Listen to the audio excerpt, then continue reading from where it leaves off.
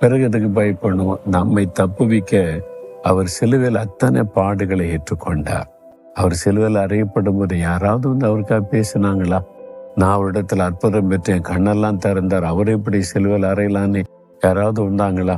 வரலையே. அதனால சத்துருக்களுக்கு கைதான் ஓங்கி இருந்தாரு. பொறாம கொண்டவங்க தான் ஓங்கி பேசினாங்க. இதுதான் உலகம். ஆனா தேவன் அவர் கூட இருந்து மரணத்தை ஜெயித்து உயிரோடு எழும்பும்படி செய்தார். இன்னைக்கு உயிரோடு இருக்கிறார்ல, அதே மாதிரி தான். அதனால பாடு, உபத்திரம், பகைக்கிறவங்க இருப்பாங்க. ஆண்டவரை துதிங்க, ஸ்தோத்திரம் பண்ணுங்க, ஜெயிச்சுக்கிட்டு போய்கிட்டே இருப்பீங்க. சோர்ந்து போகாதுங்க. ஆண்டவரே, என்னை பகைக்கிறவளுக்கு என்னை தப்புவியும், நீர் எனக்கு அடைக்கலாம், நீர் எனக்கு துணை. இந்த மகனுக்கு மகளுக்கு நீங்க துணை. பகைக்கிற மக்களை கண்டு சோர்ந்து விடாதபடி காத்து அதில் ஜெயம் கொடுத்து பாதுகாத்து நடத்துங்க. இயேசுவின் நாமத்தில் ஜெபிக்கிறோம். ஆமென்.